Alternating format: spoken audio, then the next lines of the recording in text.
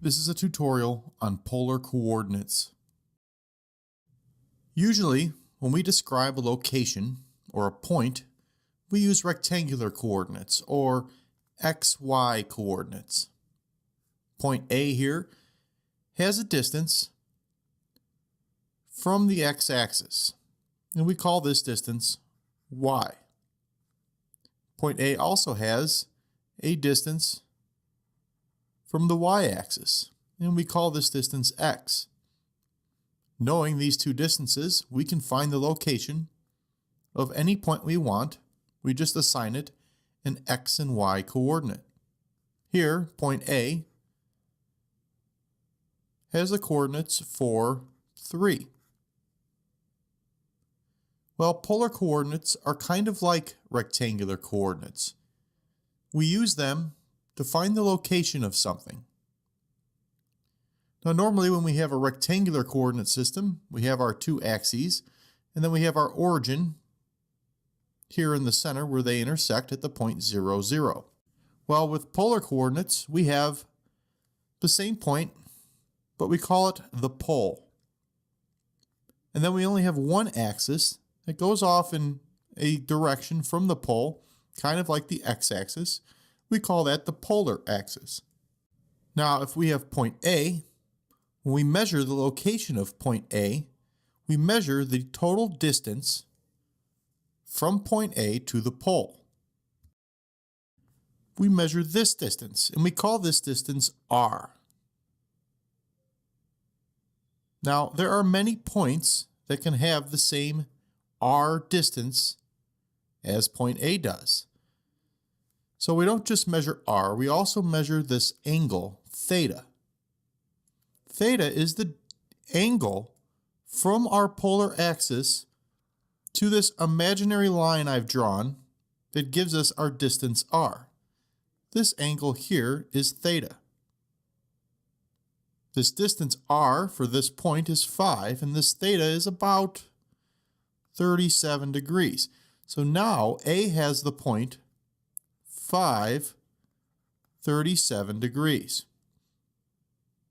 Notice that A is basically in the same position as 4, 3. But now we describe its location as 5, 37 degrees. Or it's a distance of 5 from our pole at an angle of 37 degrees from our polar axis. So why is this important? Well, let's say we were taking a sightseeing tour of Washington, D.C. and we were at the Lincoln Memorial, and we wanted to go see the White House. And we asked two different people for directions. The first person told us to walk 1 mile north and then walk about 1 mile east. The second person told us to walk about 1.5 miles to the northeast. Well, imagine I laid a rectangular coordinate axis on our map, and I put the origin at the Lincoln Memorial where we started. The person that told us the location of the White House, and they described it as 1 mile north and 1 mile east, was using a rectangular coordinate system. North is our y-axis and east is our x-axis. So we went up 1 and over 1. The person that told us that it was about 1.5 miles to the northeast was using a polar coordinate system. That person gave us the total distance between where we were and where we were going. About 1.5. And then he gave us a direction, northeast. So this was a certain distance off the east axis, or in this case, our x-axis. This axis became our polar axis. So depending on how you're given information, you may have to be able to use a different coordinate system, like the polar coordinate system. So now let's try plotting some points using polar coordinates. Remember that these are given to us in the form of r and theta. Our first point that we're going to plot is 520. Now since this is r and theta, I'm going to assume that this is an r of 5 and a theta of 20 degrees. The easiest way to plot this is to draw an axis that's 20 degrees off our polar axis. Once we have that axis, you just measure along that axis 5 units. So about here. This is our first point. This is the point 5, 20 degrees. Now let's look at our second point. We have 7 pi over 2. Now because we have this pi over 2, I'm thinking that this is an angle in radians, because radians is usually expressed as some fraction of pi. So now we have an r value equal to 7 and an angle value of pi over 2. Now the angle value, pi over 2, that's about 90 degrees, or straight up from our polar axis. Straight up from our pole, 7 along the angle, pi over 2 would put us right about here. So this is our second point. Our third point is negative 445. Here we have an r value of negative 4 and an angle value of 45 degrees. So what do we do with a negative r value? How do we measure out a negative distance? Well, if you ever have a negative r value, first, draw your angled imaginary line, or our 45-degree direction. Then, instead of measuring 4 units up this axis, measure 4 units backwards. So about here. This is point 3. Instead of measuring in the positive direction, we measure in the negative direction, or in the other direction. So this is point 3. Point 4, we have 3 and negative 30. So now we have an r value of 3 and an angle value of negative 30 degrees. So how do we measure a negative 30 degrees? Well, normally we measure in a counterclockwise direction from our polar axis. So if we have a negative angle, instead we're going to measure in a clockwise direction from our polar axis. This direction is the angle of negative 30 degrees. And then we just measure along that angle 3 units. So about here. That would be our fourth point. So that's how you plot points using polar coordinates. Now it's important to notice that because of the way we measure our location using polar coordinates, every point can have multiple different coordinates, or there's several coordinates for the same point. Here we have a point that's at 750 degrees. But notice that if I start at this polar axis and I go past 50 degrees, and I go all the way around until I hit this imaginary blue line that points at our point, this measured angle here is 410 degrees. So now this same point with the same location now has the coordinates 7, 410 degrees. So now even though this point hasn't moved, it has a different coordinate value. If I keep going around this pole multiple times, I can continually come up with different coordinates for this same point. One time around the pole is 360 degrees, so if I add 360 more degrees to 410, I'll come out with the point 770. Different coordinates, same point. Now, if you don't want to think about this and you're better with formulas, you can remember this formula here. If you have the point r theta, you also have the point r theta plus 2 pi k. K is an integer value for the amount of times that you go around the pole. 2 pi, well, if you don't like using radians, just replace this 2 pi with 360 degrees. And you can find all the different points or all the different coordinates for the same point using this formula.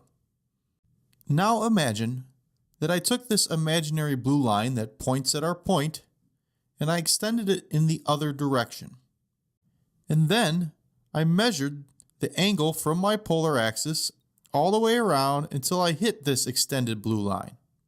This is the angle 230 degrees. Once I got that angle of 230 degrees, imagine that I measured in the opposite direction, in the negative direction. Then my r would be -7. Now this point, 750, has the coordinates -7, 230. Different coordinates, same location. I just made my r value negative and then added 180 degrees to my angle measurement. Now, if you don't want to reason this out and you're better with formulas, you can always use this second one I've given you here. If you have the point r theta, then that's always equal to the point -r theta plus pi, and then plus 2 pi k, where again k is the amount of times you go around the pole. 2 pi is equal to 360 and pi is equal to 180. It's just important to remember that if you're given coordinates or polar coordinates for a certain point, that point may have several other coordinate values for the same location. So now let's try converting from polar to rectangular coordinates. Here I have the point 5, 36.9 degrees. That means that this distance here between our pole and our point, this is a distance of 5, and this angle here is 36.9 degrees. But we want this in rectangular coordinates. So what I do is replace this polar axis with a rectangular coordinate axis, or an x and y axis. And remember, what I'm trying to measure is the distance this point is from these two axes.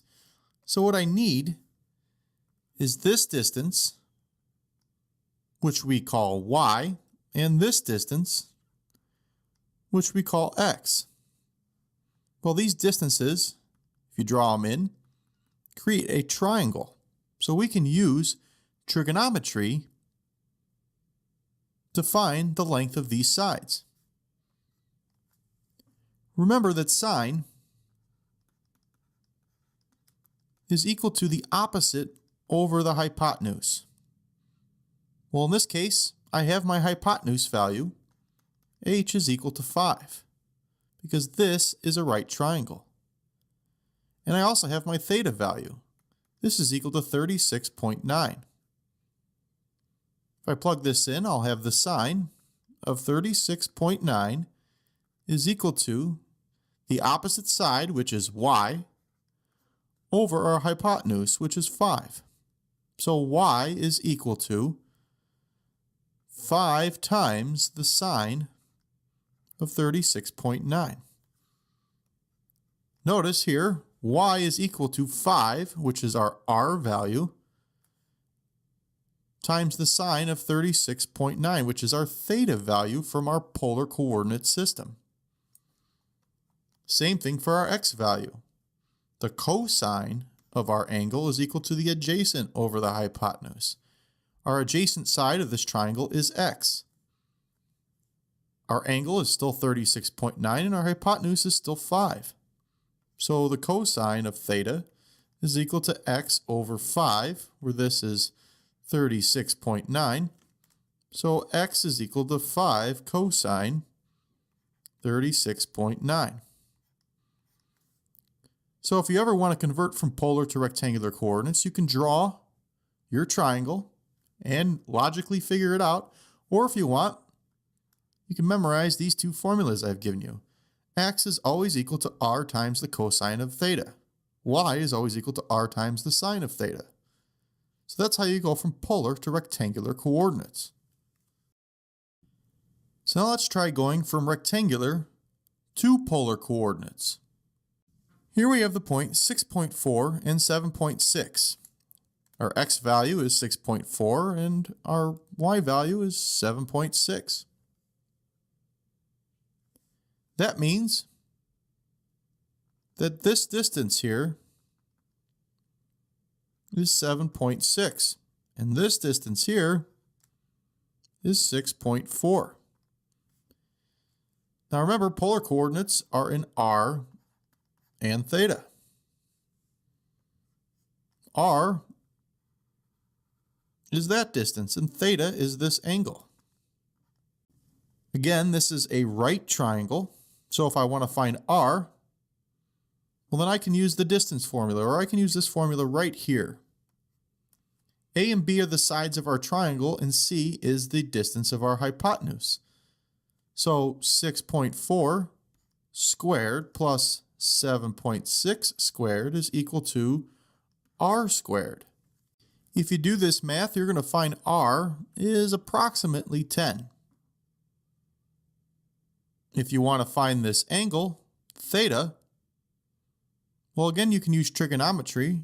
Remember that tangent of theta is equal to the opposite over the adjacent. Here our opposite is our y value and our adjacent is our x value. So the tangent of theta is equal to 7.6 over 6.4. Use your calculator to find the value of theta, and you'll find theta is approximately 50 degrees. So now this is the point 10, 50 degrees. So if you ever need to go from rectangular to polar coordinates, you just need to find the length of the hypotenuse of your triangle, your r value, and then the angle value of this inside angle here. And you can use the tangent function to do this. Now sometimes we're given coordinates in polar form, and then we're given an equation in rectangular form, or vice versa. Here we're given an equation in polar form. Imagine that the data that we had though was x and y coordinates. So we want to transform this polar equation into a rectangular equation. And to do this, there's some formulas that we have to memorize or know. We have to remember that r squared is equal to x squared plus y squared. We also need to know that x is equal to r cosine theta and y is equal to r sine theta. Here I have r is equal to 6 cosine theta plus 4 sine theta. Well, I have this r alone out front, and none of these really have an r by itself. So what I'm going to do is I'm going to multiply both sides of this equation by r. If I do that, I'll end up with r squared is equal to 6 r cosine theta plus 4r sine theta. Just multiplying both sides by r. Now realize that this r squared here, I can replace this r squared with x squared plus y squared. Here, I have 6r cosine theta. Well, this r cosine theta, I can replace with x. So what I really have is 6x. Then I have a 4r sine theta. Well, r sine theta is equal to y. So I have plus 4y. Well, I'm going to get all the x's on one side and all the y's on the other. So I'm going to subtract x squared from both sides, and I'm going to subtract 4y from both sides. I'll end up with y squared minus 4y is equal to 6x minus x squared. If I complete the square on both sides of this equation, I'll end up with y minus 2 squared plus x minus 3 squared is equal to 5. This is an equation of a circle. So by using these three equations, you can convert any polar equation into a rectangular one. Now let's try going from a rectangular equation to a polar one. And we're going to use the exact same equations. Remember, r squared is equal to x squared plus y squared. X is equal to r cosine theta. And y is equal to r sine theta. To do this, everywhere I have a y, I'm going to put r sine theta. And everywhere I have an x, I'm going to put r cosine theta.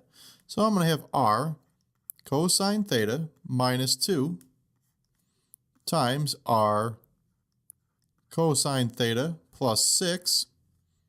And this is equal to negative r sine theta squared.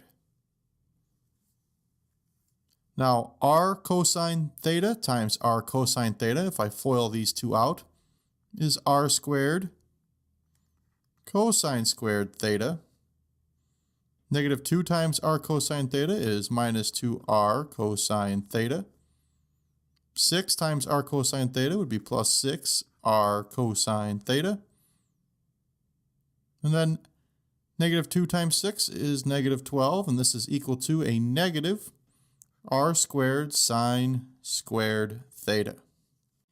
If I add an r squared sine squared theta to both sides, I'll have r squared cosine squared theta plus r squared sine squared theta plus 6r cosine theta minus 2r cosine theta minus 12 is equal to 0. Now in these first two terms, I'm going to factor out an r squared. So we'll have r squared times cosine squared theta plus sine squared theta. And then I'm going to factor an r out of these next two terms, so plus r times 6 cosine theta minus 2 cosine theta minus 12 is equal to 0. Now cosine squared theta plus sine squared theta, if you know your identities, this is equal to 1. So this just becomes r squared plus r. Now 6 cosine theta minus 2 cosine theta would be 4 cosine theta, and then minus 12, and that's equal to 0. I can't really simplify this any further, so my quadratic equation in rectangular form is now in polar form as r squared plus r times 4 cosine theta minus 12 is equal to 0. This is my equation in polar form. And now that we know how to convert equations, that completes the tutorial on polar coordinates.